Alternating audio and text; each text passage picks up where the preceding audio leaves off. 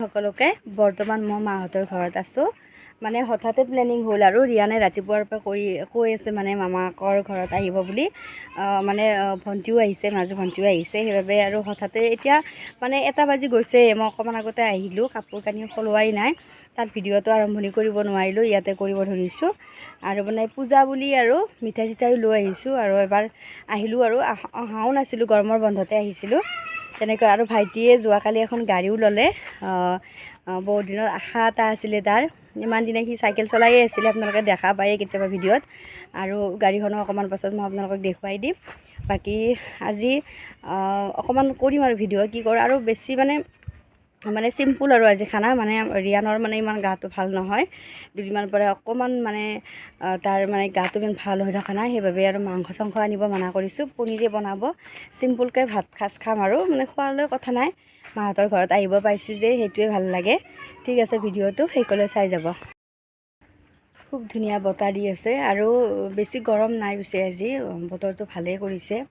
আৰু এনেও পূজাৰ পাছে পাছে ঠাণ্ডা পৰেই দিয়কচোন ঠাণ্ডা লাহেকৈ আহি আছে আৰু এতিয়া আপোনালোকক গাড়ীখন অকণমান দেখুৱাই দিছোঁ এয়া মামাকৰ গাড়ী দেখুৱাই দিছোঁ ৰিয়ানে এতিয়া ধুনীয়াকৈ কৈ দিব এক্সট্ৰিম 160 বাইকৰ 1,43,000 বঢ়িয়া বাইক আৰু ৰাইডাৰৰ কাৰণে বহুত ভাল 160 স্পীডৰ ইঞ্জিনটো বঢ়িয়া আছে কালিয়ে লৈছে মামাই আৰু এতিয়া বনাই আছে একদম হেভি বাইক নহয় আপোনালোকে ষ্টেণ্ডটো চাব পাৰিব ময়ে উঠাই দিম বাপৰে এই চাওক তুমি চলাব পাৰিবা ন একদম হেভি নহয় মোৰো চলাব মন গৈছে বাইকখন 6 গিয়াৰ আছে বঢ়িয়া বাইক তোমাৰ পচন্দ লাগিছে আৰু মই এইটো আৰু এজন আপোনালোকে চাবিটো কৰিলে ষ্টাৰ্ট কৰি দিব বঢ়িয়া বাইক আপোনালোকেও ল'ব পাৰে এতিয়া মোৰতো বাইকখন বহুত ভাল লাগিছে কিন্তু মইতো চলাব নোৱাৰোঁ 2 বছৰ পিছত চলাব পাৰিলে অলপমান ভাল আছিল ঠিক আছে ব'লা এতিয়া চাহ তাহ খাই লওঁ আমি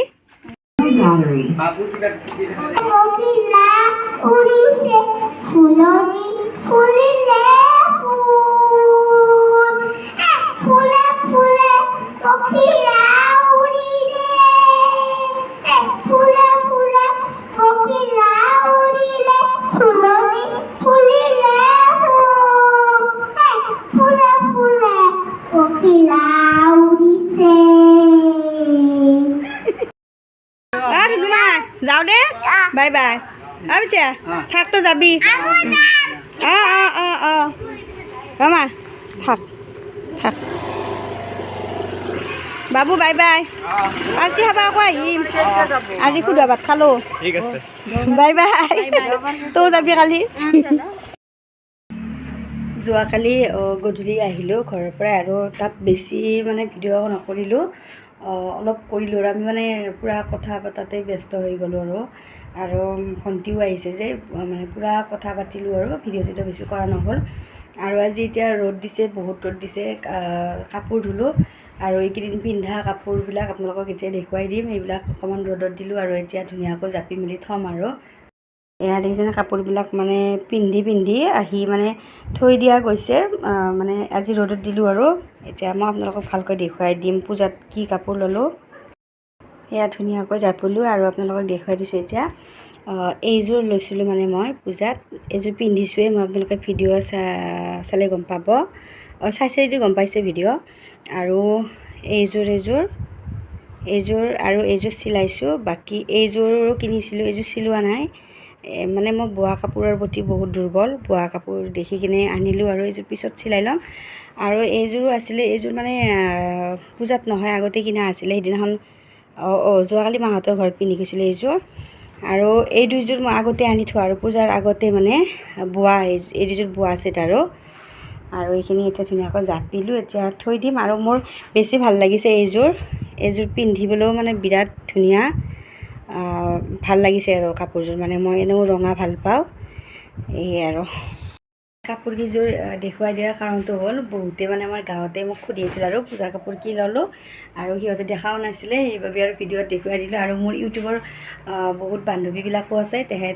তেওঁলোককো অকণমান দেখুৱাই দিলোঁ এনে আৰু কিছুমানে আকৌ ভাবিব পাৰি কাপোৰ কিনিছে একদম দেখাই ফুৰিছে তেনেকৈ নাভাবিব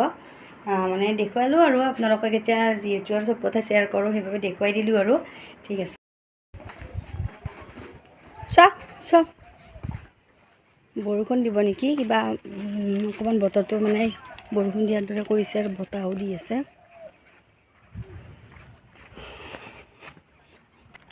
আৰু মই দুপৰীয়াৰ বাবে বনাই আছোঁ বাটাৰ পনীৰ, মানে ৰিয়ানৰ বাবে আৰু অকণমান পোলাও বনাইছোঁ ৰিয়ানৰ বাবে।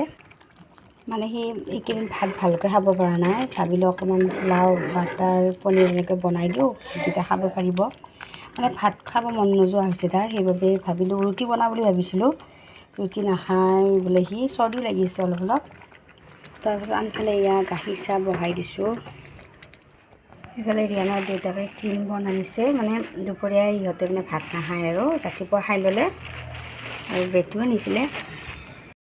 এয়া চাহ হৈ গ'ল ৰিয়ানৰ দেউতা দিগন্তৰ দেউতাৰ বাবে। এইটো গুৰৰ গোল্লা হয়। ৰিয়ানৰ বাবে অলপ দিছোঁ, সি মানে এইকেইদিন একদম ভালকৈ খাব পৰা নাই যে, সেইবাবে প্ৰথমতে অলপমান দি লৈছোঁ আৰু একদম চিম্পুলকৈ বনাইছোঁ পোলাও। পানী খাই আজৰি হৈ এঠাইলৈ যাবলৈ ওলাইছোঁ। এঠাইলৈ মানে আমাৰ ৰিয়ানৰ লগতে একেলগে পঢ়া ছোৱালী এজনী তুলনি হৈছে, তাতে অকণমান মানে কিবা অলপ নিয়াৰ মানে নিয়ম থাকে যে, কিবা অলপ লৈ যাওঁ।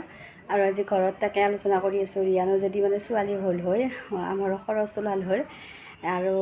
তাকে এতিয়া যাব ওলাইছোঁ, আৰু ভিডিঅ'টো ইমানতে শেষ কৰোঁ বুলি ভাবিছোঁ, কাৰণ আৰু বেলেগ ভিডিঅ' কৰিব একো নাইও।